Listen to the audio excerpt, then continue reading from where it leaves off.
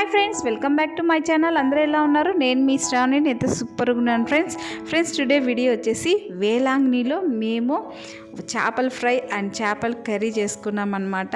So ఈ చేపలు వచ్చేసి సముద్రపు చేపలు అనమాట.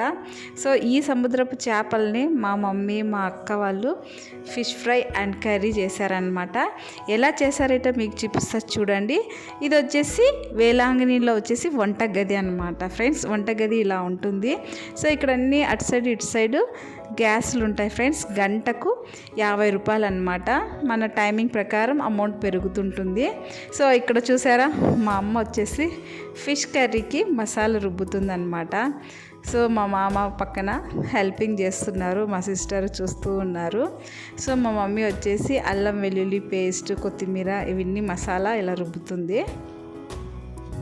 అక్కడ మిక్సీలు ఉండవు ఫ్రెండ్స్, ఇలా రుబ్బు రోళ్ళు ఉంటాయి అన్నమాట. వీటికి ఏం కాస్ట్ ఏం ఉండదు.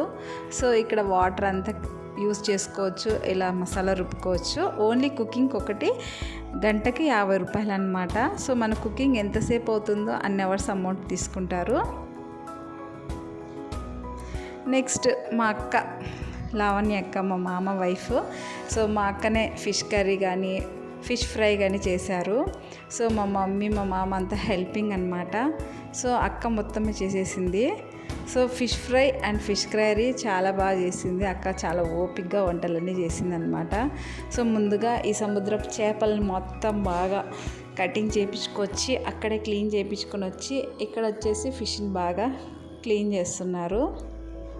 సో టోటల్ వచ్చేసి ఒక 6 kgs అనుకుంటా, నాకైతే ఐడియా లేదు. బట్ నెక్స్ట్ ఫిష్ ఫ్రైకి ఇదంతా మ్యాగ్నేట్ చేసి పెట్టుకుంటున్నారు అక్క. ఇది ఫిష్కి సంబంధించిన మసాలా.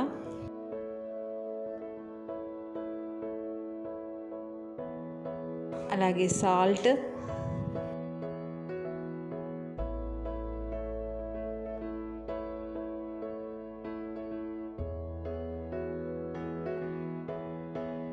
పసుపు,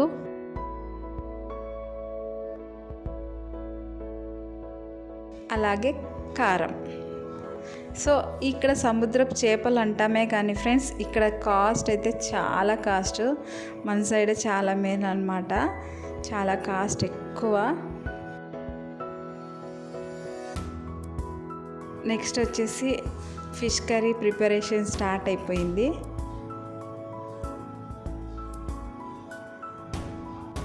ఇక్కడ ఈ డేక్షాలో అంతా మ్యాగ్నేట్ చేసి పెట్టుకున్నారు కాబట్టి ఇది వచ్చేసి ఫిష్ ఫ్రై అంట.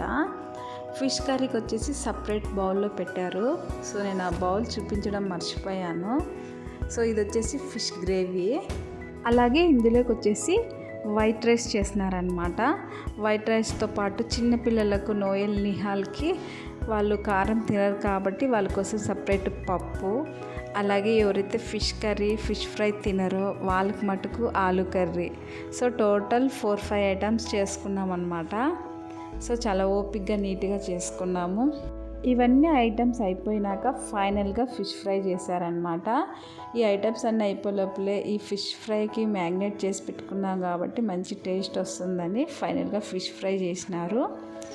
సో ఫైనల్గా అందరం కలిసి రూమ్లో కూర్చొని ఇలా ఎంజాయ్ చేస్తూ భోంచేస్తున్నాము.